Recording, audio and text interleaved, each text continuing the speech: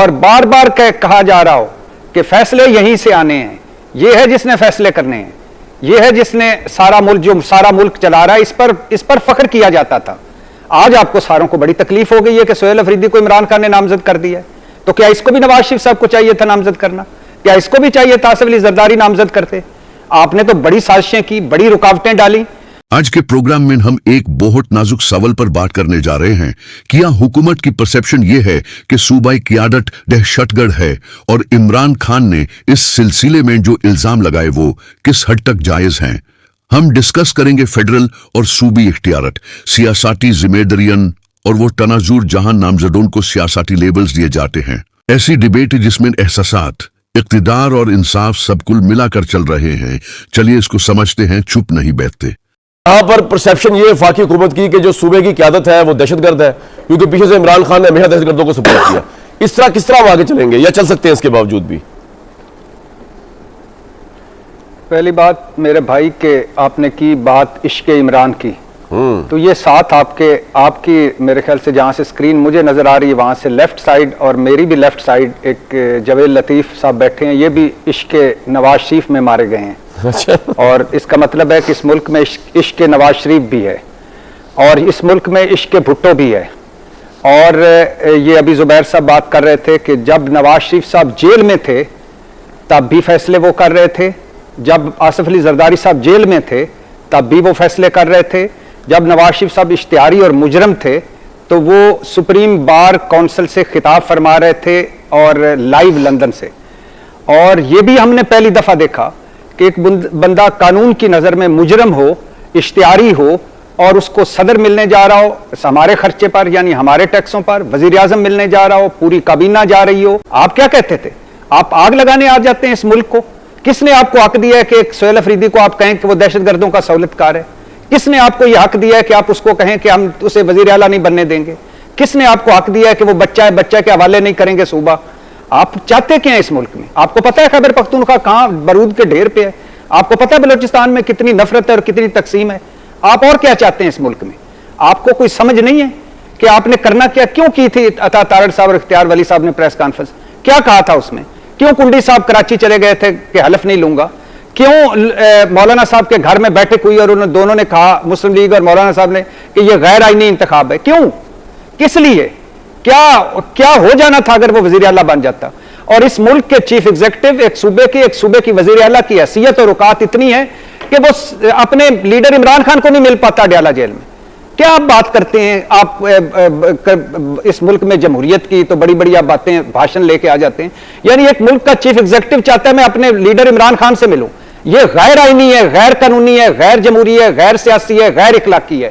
کہ آپ خیبر پختونخوا میں میسج کیا پہنچا رہے ہیں کہ جا تو بن گیا 90 ووٹ لے کے بن جا، ہم نے تمہیں نہیں ملنے دینا. اس نے پنجاب حکومت کو خط لکھا، اس نے وفاقی حکومت کو خط لکھا، اس نے شہباز شریف سے بات کی اور درخواست کیا کی؟ مجھے ملنے دیا جائے. اب معاملہ عدالت میں پہنچا ہوا ہے. یعنی صوبے کا چیف ایگزیکٹو عدالت میں، اور عدالت کے جج سپریم کورٹ میں سائل بن کے کھڑے ہیں. یعنی آپ چاہتے ہیں شہباز شریف اصول پرست پرائم منسٹر ہے، انہوں نے کہا کہ میں قانونی معاملات نہیں پڑھوں گا، جیل آپ نے ملے تو کورٹ میں جائیں. میرا خیال ہے انہوں نے یہ کہا ہے. جی اصول پرستی اس وقت کے کہاں تھی جب وہ لندن گئے تھے، جب وہ اشتہاری کے پاس گئے تھے، جب وہ ایک مجرم کے پاس گئے تھے؟ اس وقت اصول پرستی کہاں تھی؟ اس وقت اصول پرستی کہاں تھی جب راتوں کو وہ پہنچ جایا کرتے تھے میٹنگ کے لیے؟ اس وقت اصول پرستی کہاں تھی جب وہ کہتے تھے میں تو الیکشن سے 1 مہینہ پہلے وزیر اعظم بن چکا تھا، کابینہ کے نام فائنل ہو چکے تھے؟ اس وقت اصول پرستی کہاں تھی جب محمد زبیر صاحب کو دونوں بھائیوں اور بھتیجی اور چاچا کی لڑائی میں مروا دیا؟ اس وقت اصول پرستیاں کہاں جاتی ہیں؟ اس وقت اصول پرستیاں کہاں جاتی ہیں جب آپ ملتے ہیں اٹھ کے؟ تو کہنے کا پہلی بات یہ. دوسری بات میرے بھائی، سہیل افریدی چیف ایگزیکٹو، آپ اس کا وہ بن گیا وزیر اعلیٰ. اب آپ نے کرنا کیا ہے؟ آپریشن کرنا ہے، یہ وفاقی حکومت کا کام ہے. مہاجرین کو واپس بھیجنا ہے، یہ وفاقی حکومت کا کام ہے. معیشت وفاقی حکومت کا کام ہے. خارجہ امور وفاقی حکومت کا کام ہے. داخلہ امور وفاقی حکومت کا کام ہے. لیکن کیا چاہتے ہیں آپ اس دہشت گردی کی جنگ میں ایک پارٹی کہہ رہی ہے کہ ہم نے مذاکرات کرنے ہیں، دوسری کہہ رہی ہے ہم نے آپریشن کرنا ہے. اور ویسے بائی دا وے دعا میں آپ کر کیا رہے تھے؟ آپ مذاکرات ہی کر رہے تھے نا. آپ تو کہتے تھے مذاکرات ہونی نہیں چاہیے. پھر خواجہ آصف صاحب وہاں کیوں فخریہ لہجے میں فرما رہے تھے کہ مذاکرات ہو گئے، بڑی بات چیت ہو گئی. حالانکہ مجھے لگتا ہے یہ چند دن چلیں گے، جو لاتوں کے بھوت ہیں وہ باتوں سے نہیں مانیں گے، اور میں آپریشن کے حق میں ہوں. لیکن دہشت گردی کی جنگ اگر آپ نے جیتنی ہے، جو کہ پاکستان کی جنگ ہے، آپ کی جنگ ہے، میری جنگ ہے، میرے آنے والے بچوں کی جنگ ہے، اور اس فوج کے وہ شہید جوانوں کی جنگ ہے، تو پھر خیبر پختونخوا کو ساتھ ملائیں، سہیل افریدی کو بلائیں، کیسے ملائیں؟ میں آپ کا پوائنٹ آ گیا، مل لے بھائی، سارا دن عمران خان کے ساتھ گزار لے، پوائنٹ آ گیا، نہیں سارا ایسے نہیں ہوگا، اور اس کو ساتھ بھی ایسے نہیں ہونے دیں گے ہم، سارا دن وہ عمران خان کے ساتھ گزار لے، یہ کیا بات ہوئی بھائی؟ یہ تو ہم نہیں ہونے دیں گے۔ بات یہ ہے زبیر صاحب کہ جب اس ملک کا وزیر داخلہ برائے مملکت جو ہے وہ کہہ رہا ہو کہ یہ دہشت گرد ہے، وزیر اعلیٰ کے پی اور عمران خان صاحب، جب ملک کا انفارمیشن منسٹر کہہ رہا ہو کہ یہ دہشت گردوں کے سہولت کار ہیں کے پی سی ایم اور عمران خان صاحب، میاں جاوید لطیف صاحب آپ کے سامنے بیٹھ کے کہہ رہے ہو کہ عمران خان اور ان کا پورا قبیلہ جو ہے، یہ کے پی کا جو پولیٹیکل قبیلہ ہے، یہ دہشت گرد ہے، تو پھر آپ کو کیا اعتراض ہے اس بات پہ؟ اس کو اس طرح ڈیل کیا جائے گا نا پھر جس طرح دہشت گردوں کو ڈیل کیا جاتا ہے سہولت کاروں کو؟ میں اس لیے کامران میں اس لیے یاد دلاتا ہوں کہ ان سب کو نواز شریف کی وہ تقریریں اور ویڈیو میسیجز انٹرویوز دکھانے چاہیے جس میں نواز شریف یہ پوچھتے ہیں کہ مجیب الرحمان کو آپ نے کیوں نہیں پاور ٹرانسفر کی؟ مجیب الرحمان کے اوپر اگرتلہ کنسپریسی کیس تھا، مجھے نہیں پتا اس کی حقیقت کیا ہے، بٹ کوسچن جو میاں نواز شریف فیس کرتے تھے بالکل صحیح ریز کرتے تھے کہ عوام نے ووٹ دیا ہے، آپ الیکشن میں گئے، عوام نے ووٹ دیا، now transfer the power, this is what the logic. اور سارے بیٹھ کے میں میاں جاوید لطیف اور سارے بیٹھ کے سر چکا کے کہتے تھے آپ بالکل صحیح کہہ رہے ہیں، کیا آپ نے دوبارہ وہی کنڈیشنز کریٹ کرنی ہے؟ کون فیصلہ پاکستان کے عوام نے کرنا ہے، فیصلہ کے پی کے عوام نے کر دیا کہ جی یہاں پی ٹی آئی کی حکومت ہوئے گی، کون چیف منسٹر بنے گا وہ ان کا کام ہے۔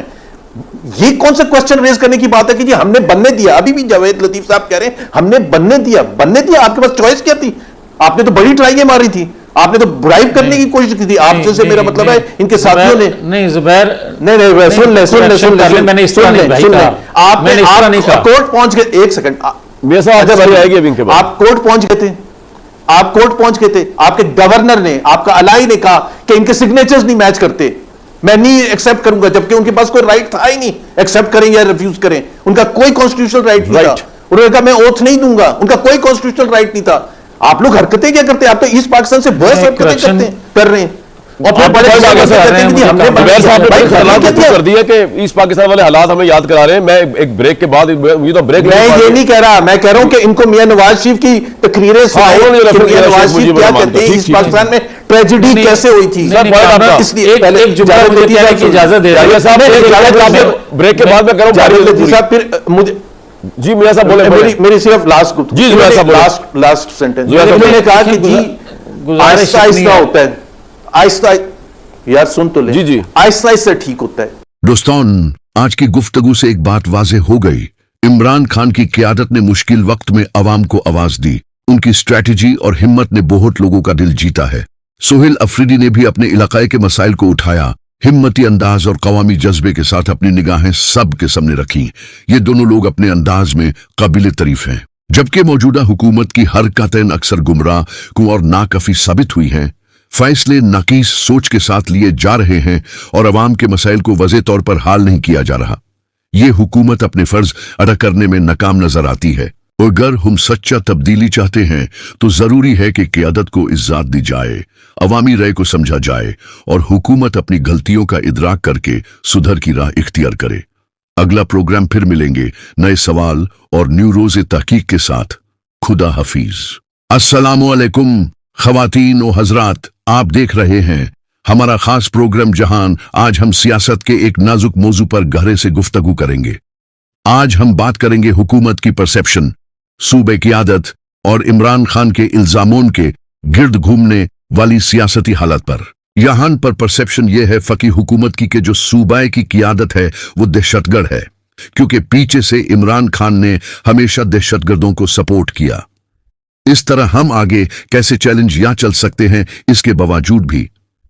پہلی بات میرے بھائی کے آپ نے کی بات عشق عمران کی، میری نظر سے اسکرین کے لیفٹ سائڈ پر جاوید لطیف صاحب بیٹھے نظر آ رہے ہیں، یہ بھی عشق نواز شریف میں مارے گئے ہیں۔ اس کا مطلب یہ ہے کہ اس ملک میں عشق نواز شریف بھی ہے اور عشق بھٹو بھی ہے۔ اور زبیر صاحب کہہ رہے تھے کہ جب نواز شریف جیل میں تھے ٹیپ بھی فیصلے وہ کر رہے تھے، جب آصف علی زرداری جیل میں تھے ٹیپ بھی وہ فیصلے کرتے رہے۔ جب نواز شریف اشتہاری اور مجرم تھے تو وہ سپریم بار کاؤنسل سے خطاب فرما رہے تھے لائیو لندن سے۔